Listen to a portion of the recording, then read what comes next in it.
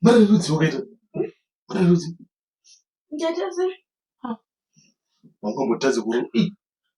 그럼 어쩌면 지킬이다. 하나 우리 오는데 맨날 지가 영어 여기. 말해주지, 야 그래. 그러면 너 바람 봐마. 아, 그래 그러지, 그래. 말하러 지금 말하. 뭔가 못하지, 우리 오자마 지킬이라 그래. 누구 오자마 지킬로 오는 지라고 가봐. 뒤에서 오는 지다 우리 같이 비교해줘. 오늘 오라야가. 정말 진짜 오라이 원이 너무 하는 거. 오라이 왔다가 땜버 지. 말해주지. 보이 ndazi ini ndo kubarama zuri ndi ndiko ndo fear ngiro ndati tega munhu apana unoesanga damn it ngazvanako